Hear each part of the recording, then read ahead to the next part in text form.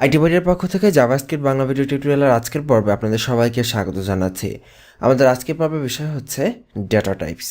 Data types হচ্ছে ডাটার বিভিন্ন ধরনের ধরন। আমরা প্রোগ্রামিংয়ে বা কম্পিউটারে আমাদের যা কিছু আছে সব কিছুই কিন্তু এক একটা ডাটা। যেমন আমরা গান, ভিডিও, অডিও যা কিছুই থাকুক না কেন আমাদের কম্পিউটারে সব কিছুই কিন্তু এক একটা ডাটা। তো ডাটার বিভিন্ন ধরনের টাইপ আছে। তো ঠিক আমাদের জাভাস্ক্রিপ্টও আমরা যে কথাগুলো লিখি, যে টেক্সটগুলো লিখি, সেটারও কিন্তু বিভিন্ন ধরনের টাইপ রয়েছে এবং সেই টাইপগুলো জানা আমাদের জন্য অত্যন্ত জরুরি। তো সেই টাইপগুলোকে বলা হয় ডেটা টাইপস। সেই ডেটা টাইপ সম্পর্কে আমরা আজকের পর্বে জানব। তো জাভাস্ক্রিপ্টে আমরা জেনারেলি যে সকল ডাটা টাইপস ব্যবহার করি সেগুলোর একটি তালিকা এখানে প্রোভাইড করা হয়েছে। দেখুন, শুরুতেই হচ্ছে স্ট্রিং।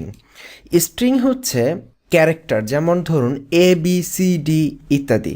যেমন আমার নাম আব্দুল, এখানে ABDUL, এই যে অক্ষরগুলো রয়েছে এগুলো হচ্ছে স্ট্রিং।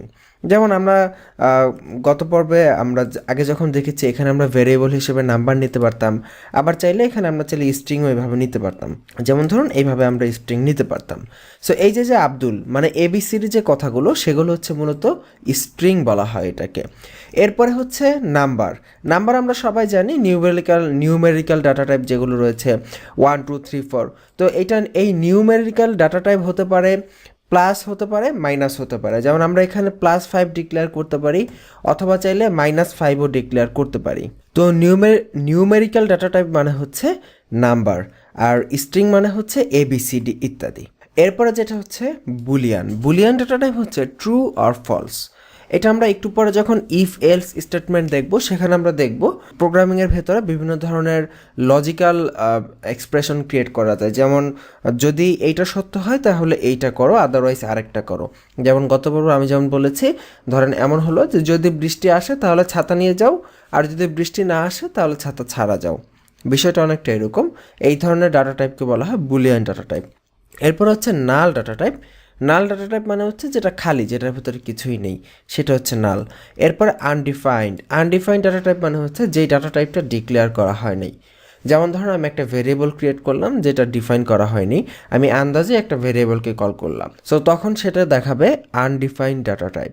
সো যেই ডাটা টাইপের কোনো ডেফিনেশন দেওয়া হয় নাই বা ডিক্লারেশন হয় নাই, ডিফাইন করা হয় নাই, সেটাই হচ্ছে আনডিফাইন্ড ডাটা টাইপ। এবং নিউ ECMAScript 6-এ সিম্বল নামে একটা ডাটা টাইপ আনা হয়েছে, যেখানে বিভিন্ন সিম্বলিক ক্যারেক্টার দেখানো হয়েছে।